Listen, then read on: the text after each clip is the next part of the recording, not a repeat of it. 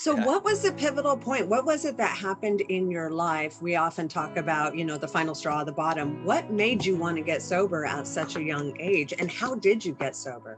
Yeah, so I hit a variety of what someone from the outside would view as, oh, that's a rock bottom. I kept, violating the laws of gravity by going, further and further and further and further. And, in late 2010, I had had 13 or 14 glasses of wine, was going for the next at this party, ended up walking through a sliding glass door that collapses. The glass cuts my hand open, and actually it severs the artery in my left arm here. And luckily, we were able to tourniquet my arm and then quickly rushed me to an ER that happened to be just a couple miles down the road. I survived. Within a couple days, I was, hey, what happens when I mix these painkillers and alcohol? Like, oh, that's pretty cool.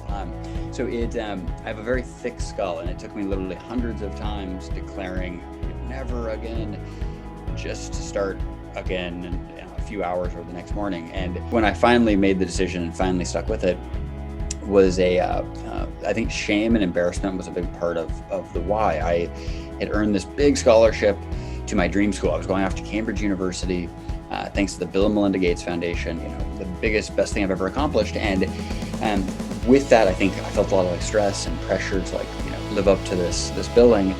And I also had a bunch of money in my pocket because it's a very generous scholarship with a stipend, and that's a dangerous combination for a 22, 23-year-old. And I ended up making some really bad life and bad financial choices, such that I'm actually missing my rent. And this gets flagged up to the university officials who summon me in.